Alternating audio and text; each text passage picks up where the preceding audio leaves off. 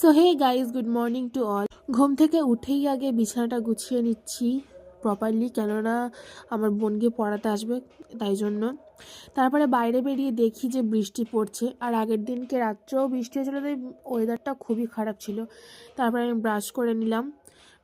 Brush যেহেতু নিচে করতে গিয়েছিলাম তাই পুরো ভিজে গিয়েছে, তাই একটু গা হাত পা মুছে ঘরে এসে দেখলাম যে মা আর দিদা চা খাচ্ছে আর ওরা গল্প করছে, তাই আমি একটু বসে বসে গল্প শুনছিলাম আর আমি বাইরের দিকে তাকিয়ে ওয়েদারটা অনুভব করছিলাম।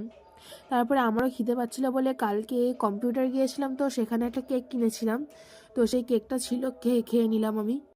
আমি যেহেতু বাইরে বসে বসে কেক খাচ্ছিলাম তাই খুব ঠান্ডা লাগছিল, তাই ঘরে এসে অনেকক্ষণ বসেছিলাম, বোরিং লাগছিল খুব। তারপরে খেয়ে দিয়ে আমার বোন দেখলাম প্রজেক্ট করছে, তো ওখানে গিয়েছিলাম একটু, অবশ্যই ওকে জ্বালানোর জন্য গিয়েছিলাম।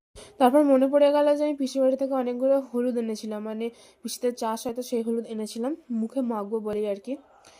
তাই একদম প্রাকৃতিক উপায়ে শিল নোড়াতে হলুদটা বেটে নিয়ে আমি ঘরে চলে এসেছি, কেননা আয়নার সামনে একটু দেখে আমাকে হলুদটা মাখতে হবে। আর আমি মুখের তুলনায় অনেকটা হলুদ বেড়ে ফেলেছিলাম, তাই আমাকে যে করে হোক শেষ করতে হতো, তাই আমি গলায় হাতে পায়ে সব জায়গায় মেখে নিয়েছি, নাহলে আমাকে মা দেখলেই মারবে। তারপর বাইরে বেরিয়ে হাত ধুয়ে আসি, হাত ধুয়ে এসে দেখি আমার হাতেরই অবস্থা। তাহলে আমার মুখের অবস্থাটা কী হয় ভাবতে পারছো? আমি গোটা মুখে মেখেছি। ছাদে আমাদের মুরগি চড়াচ্ছিল আমার বোন, আর সেইখান থেকে একটা মুরগি নিচে পড়ে গিয়েছিল, তাই সেটা মা ধরে আমাদেরকে দিল। আমি ছাদে নিয়ে গেলাম, দেখলাম সব মুরগিগুলো চড়ে বেড়াচ্ছে। তারপরে মা, বোন, আমি তিনজনে মিলে অনেক কষ্ট করার পরে মুরগিগুলোকে ঠিক জায়গায়, মানে এক জায়গায় আনতে পেরেছি। তারপরে স্নান টান করে এসে দেখি আমার মুখে হলুদের দাগ এখনও এরকমভাবে বসে যাচ্ছে, আর ক্যামেরাতে অতটা স্পষ্ট না বোঝা গেলেও খুব ভালোভাবেই বোঝা যাচ্ছিল। তারপর বসে পড়লাম গপুকে খাওয়াতে।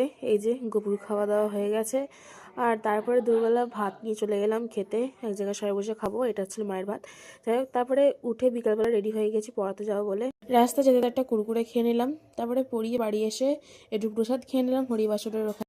এই যে আমি এখন এইভাবে তো রেডি হয়েই আছি, পড়াতে গিয়েছিলাম তখন রেডি হয়েছিলাম, আর আমার রেডি হওয়ার কিছুই নেই।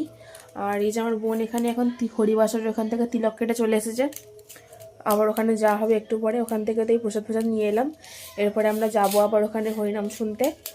আর সো আজকের জন্য এইটুকুনি, টাটা, বাই বাই।